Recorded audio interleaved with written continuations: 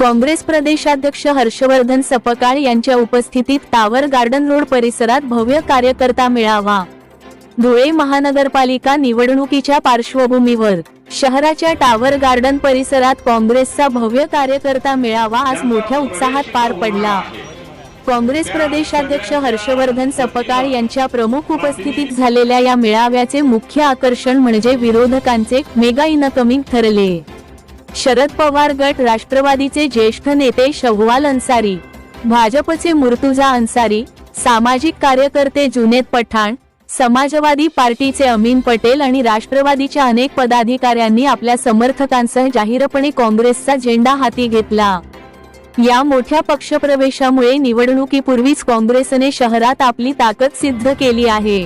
मेळाव्यात बोलताना सपकाळ यांनी दिवंगत नेते रोहिदास पाटील आणि चुडामण पाटील यांच्या योगदानाचा गौरव केला।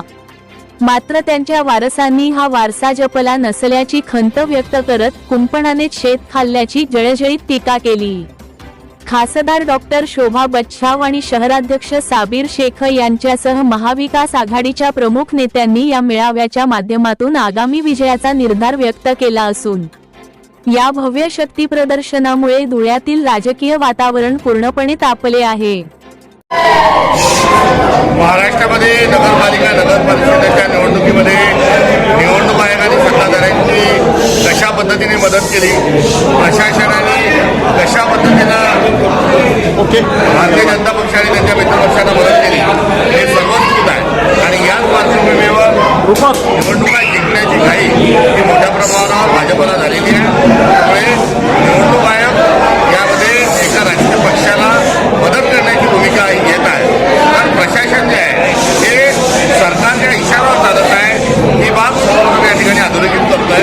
मात्र काही झालं तरी आम्ही वैचारिक लढाई आहे आणि या वैचारिक लढाई करता आम्ही महानगरपालिकाही लढू आणि नगर परिषदेमध्ये आम्हाला 1000 पेक्षा अधिक नगरसेवक काँग्रेसचे निवडून आले।